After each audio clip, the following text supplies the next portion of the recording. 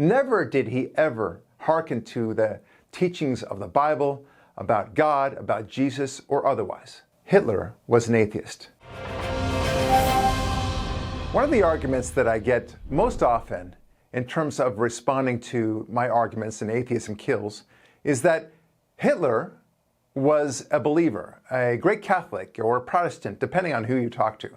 The problem is, they're wrong. Hitler was no Protestant. He was no Catholic whatsoever. The fact that he may have been born a Catholic doesn't mean that he holds on to those Catholic views for the rest of his life. So you really can't use that in the argument against the believer, in this case me. You need to understand that Hitler was indeed an atheist. He hated Christianity. He also, of course, hated Judaism. He hated anybody who believed in the Ten Commandments. You need to focus on that. Hitler wanted to destroy the Ten Commandments. He felt that the best way to do so was destroying the Jews first, and then later on the Christians.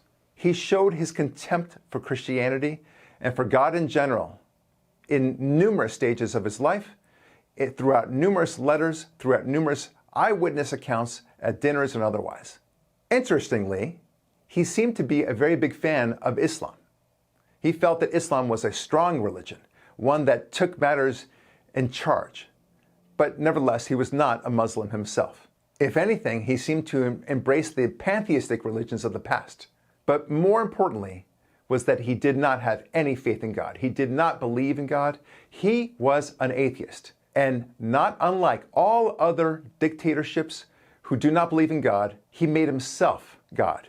Der Führer, that means the leader in German. He had posters of himself everywhere throughout Germany. He was the one to be listened to. All of his ideology needed to be taught in schools and otherwise. Never did he ever hearken to the teachings of the Bible about God, about Jesus, or otherwise. Hitler was an atheist.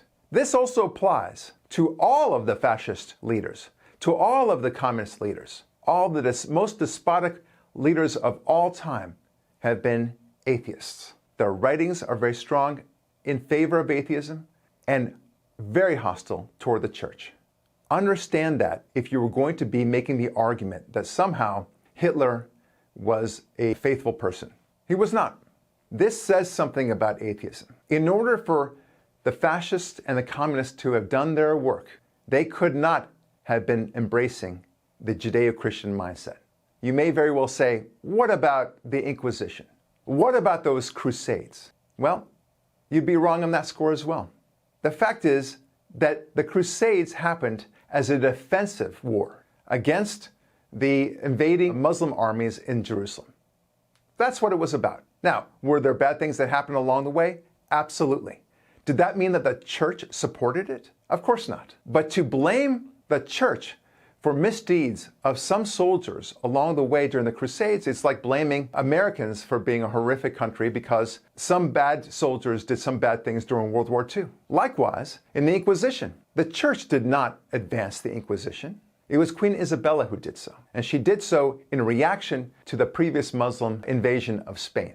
Gone in the argument is all the good that the Catholic Church and Protestantism and Judaism have done for the world.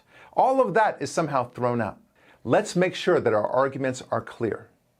Do not present a believer with the false argument that Hitler was somehow a believer or even a devout Catholic at that. He was not.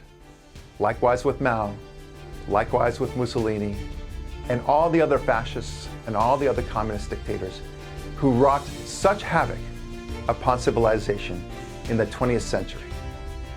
I'm Brock Lurie. Thanks for watching.